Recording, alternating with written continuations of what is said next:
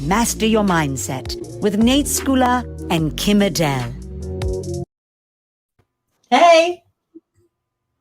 That's my very hello. grumpy face. That's my hello. Was I actually ready for this? No, it's not my fault. Hold on, I'm zooming in. This is all behind the scenes footage. Anyone watching this should be happy. I love it. Perhaps you were making us do stuff that adds no value. Oh, don't kill me with this. We've got a culture of happiness in our business. We have. It's killing me, Kim. It's the pain. What, of working with me? No.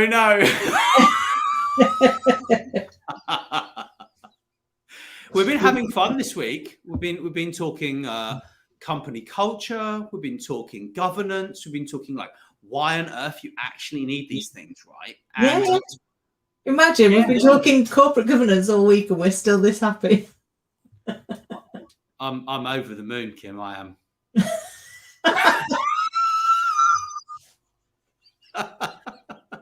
So today we are here to delve a bit deeper. I know we just sort of started to talk about company culture and why the governance is important, right?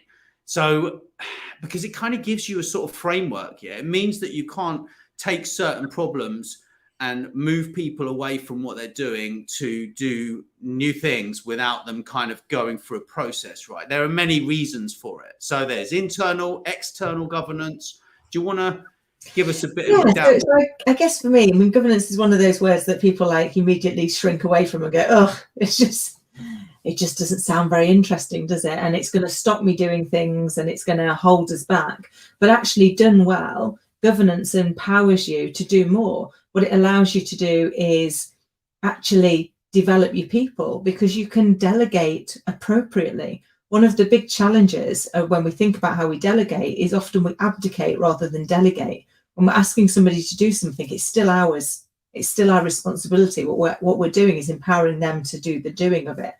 Doing it well through a governance structure, you're able to empower people to start to run some of these subcommittees and some of these boards. It gives them that exposure to the skill set they're going to need to be able to become your directors of the future.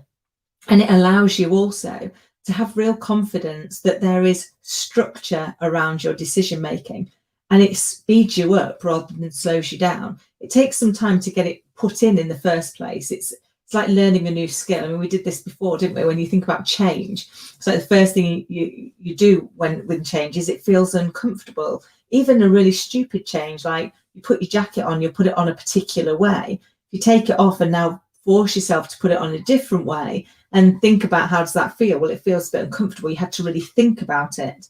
Whereas normally it's kind of your subconscious just picks it up and puts it on. That's kind of what we're talking about when we're putting in infrastructure is people are going to have to think about it. So it feels a little bit uncomfortable, but very quickly it becomes their new way of life. And it gives you that real structure around what you're doing, confidence that you've got a process around your decision making. It empowers people to know what information you need to be able to make those decisions. And it allows you to take meetings and really reduce the amount of time that you spend in them. I go into lots of organizations that are wasting hours and hours on board meetings that aren't getting them anywhere. And that's because they've got no purpose. And for me, one of the things I always say to people, if you're taking something in front of the board, you need to know what your purpose is.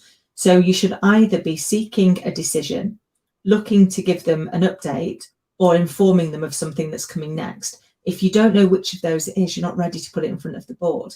And I know getting in front of the board, a lot of leaders over the years have said, but Kim, it's all about exposure. Right? But the thing you have to be really careful of, with exposure, you can become exposed. So whilst we want to get our people to be able to be seen by the more senior people to help them grow their career, we need to do it in a safe space where they're going to be seen for the right reasons. They're going to be seen as being equipped to progress. And that means getting them really structured so that they know what they're asking for, why they're there, what their purpose is, and they're delivering that in a succinct way is going to empower the board to make better decisions and reduce the amount of hours that are spent in the board meetings, because actually you know what it is that you're there to talk about. You can really then spend that time strategizing on what's next, rather than getting stuck into being in the business rather than working on the business. Yeah, we talked about this yesterday, and I asked you the question of kind of a time saving. I mean, you can work it out, right? Like if you've got 20 people in a meeting, yeah, just let alone like the labor cost for those people, the loss of commissions that they're not getting if they're salespeople, like the tangible losses by not having governance, right? I mean, because you've also got the governance as well from the regulator and the government and these kind of things as well, yeah? Absolutely. And if you put your structure in properly, what you're able to do is, the way where I always do it is I have subcommittees that have got a purpose. So each of them is looking at it from a particular point of view. So there might be one that's like the customer board. So in that, the whole point is to think like the customer. And if I were the customer, what decision would I be making based on these facts? And then you look at it from the colleague's point of view, or from a risk and audit point of view, or from a commercial point of view. And because you're looking at it from those different lenses, you're making your recommendations from that basis. When it then comes up to the board, you've already done the deep dive into each of those with the experts from that area that have got the information, that have got the statistics, that have got the knowledge to be able to inform that decision. And then you're making that overarching decision with ratified information. Because we've got regulators we have to deal with, we've got laws that we have to follow, we've got regulations that we need to adhere to. Having these infrastructures in place empower us to do that, and also allow us to be able to demonstrate actively to those regulators that we're in control. And like we said yesterday, if we're an organisation that's seeking investment, it gives the investor confidence that we know what we're doing, we know how to run a business, and that they can trust us to not just keep their money safe, but to grow it. Yeah. I mean, in the past, I know you've had to deal with like massive change projects and stuff. Do you want to tell people about the time when it all went wrong for that business and they hired you? They just got the biggest fine in UK financial history, and like you had to pick up the pieces, and because that's an interesting story. I like that one. Yeah. So it was an interesting time. So I joined, I think it was 10 days after they'd been given the largest fine in UK history at the time, and that we had the press camped out on the doorstep. We were everybody's dog to kick. We'd been stopped for mis-selling, and at the point that I went in, they had 244 outstanding actions on the remedial action plan from the regulator. So we were in dire straits.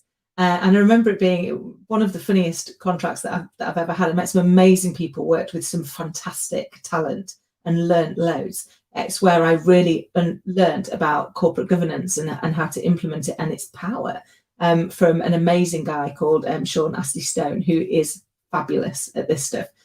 And it was an amazing education, but it really taught me how important corporate governance is, because we were in a place where we were absolutely firefighting every day. We used to joke that it was like being in the Big Brother house. It's like, and today's activity is, because every day there'd be a new challenge. It was whether it was facing liquidation or another challenge from the regulator. They had us in meetings every day because they didn't really trust us not to make a mess.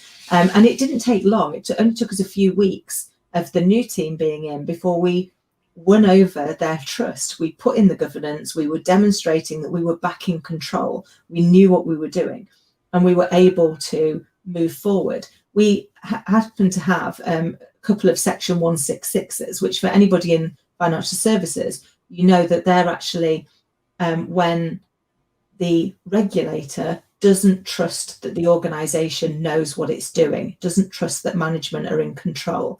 And we had both of those. They started literally 10 days after I joined. And I remember ringing the regulator up and going, "You're not going to like what you find. I don't like what I've found, but I've not had a chance to change it. I've only been here 10 days, but let me show you what it is that we're looking to do." And we were really fortunate. They ran for 12 weeks and we had both of them closed with no material findings, which is as good as you can get for them saying that you're back in control.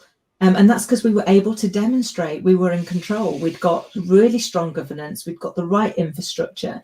we were able to demonstrate that we were making conscious choice when we were making decisions, and that we were considering all angles. We were making sure that we were putting the customer at the heart of what we did, that we were considering whether or not the actions that we were taking were right, were appropriate, and were considered. And all of this was running in the backdrop of still being in the public eye, still trying to run the organisation, losing a major business partner, having to do the first major redundancy of what was going to be 5 major redundancies in the next 2.5 years, all whilst trying to ensure that we'd got the right culture. And you can imagine that's not easy to do in those circumstances. You're kind of like, you're putting people's jobs at risk, you're losing some people, we're constantly firefighting, we've got no money, and we had to do a major overhaul on our operation, our organisation, and put in the infrastructure. But we did it, and we had an amazing culture because we spent our time with the people, because the governance was there, and we could make really good, really informed decisions in less time. We were able to spend that time going out to the people, finding out what's it like to be here right now.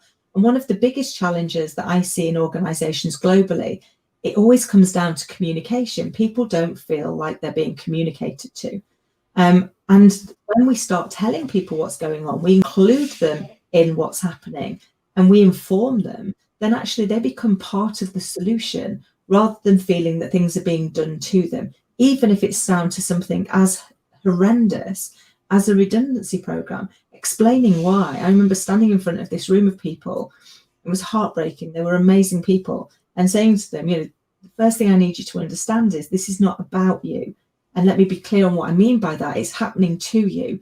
You are going to be impacted as a result of what's happening. You're going to have to live with the decision that I've had to make. The reason I say it's not about you is it's not because you're not an amazing person. It's not because you're not a great employee. It's not because I wouldn't love you to still work for me for the rest of your life. It's because the harsh reality is I couldn't lead us to a different place. I couldn't get us to a place where I can't make cuts. And my job is to save as many jobs as possible. And the only thing I've got choice of now is either make these cuts and save as many jobs as I can, or do nothing and the company closes and then none of us have got a job, and I can't live with losing that many roles.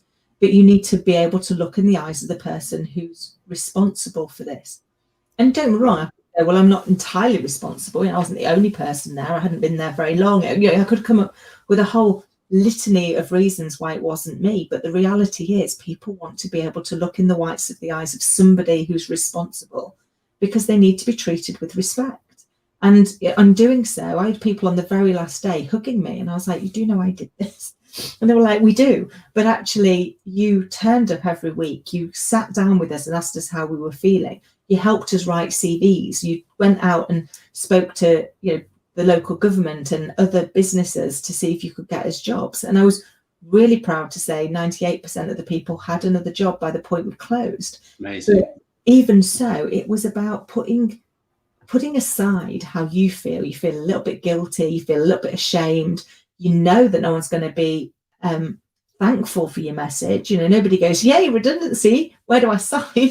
So you feel a little bit under attack. And unfortunately, as leaders, when we feel under attack, we often go on the defensive, and the best form of defense is attack. So we change our words, we change our tone, we change our language, and we end up making it an attack on the people that we're trying to lead. Instead, we've got to be able to grow as leaders and realize that actually that's what we're paid for, is to take that on the chin and to stand in front of them and hold their hand across difficult times. But to do that, you sometimes need somebody to be there in your corner, which is, I was really lucky. I had a coach. It's why I now coach other people, which is to say, I get it. I know how hard it is. We are paid to suck it up. We are paid to go and do those things, but we're still human beings. We still need somebody to be able to help hold our hand over those difficult times as well, because it's very difficult. You can't pour from an empty cup. So you need to have somebody who's going to help fill your cup up to enable you to be filling up the cup of your people.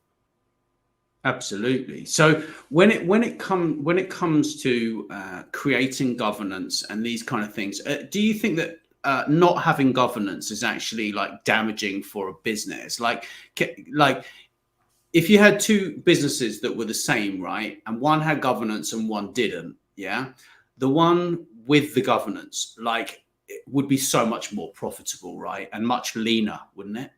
Absolutely. And it would be more successful because what you're able to do is cut out the noise. So you take away the wasted time, and you've then freeing up that time, but also that capacity for those people, for those brains, for that thinking time to actually go, what next? Because instead of being in the business, we're working on the business. And too often we can't find the time. How many of you have ever gone, oh, if I just had a bit more time, I would? We all have. We've all been in those places. Having really good governance and infrastructure buys you back that time. Got you. Well, that's very interesting. So, you know, I mean, we're going to be expanding on this in future interviews. We've gone a minute over our time today, Kim. It's probably because we wasted a minute at the beginning while I was putting my shirt on, you know, but Yeah. yeah, I was trying to do my hair. But there we go. You know, I think there's so much more to business than people actually think.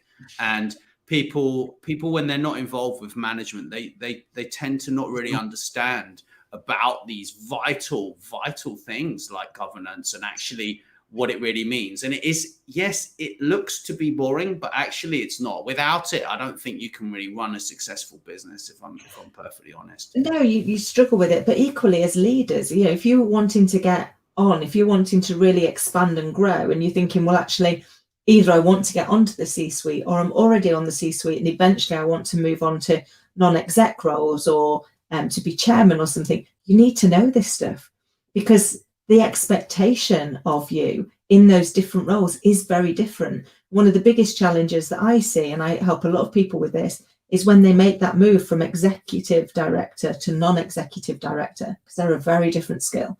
And you need to relearn all of this. That's why there's so many people out there that are running courses on how to help you become a non-exec director, because it's a very different role. But it very often is what's in people's long-term career plan. Well, thank you. And thanks everyone for listening. We appreciate you.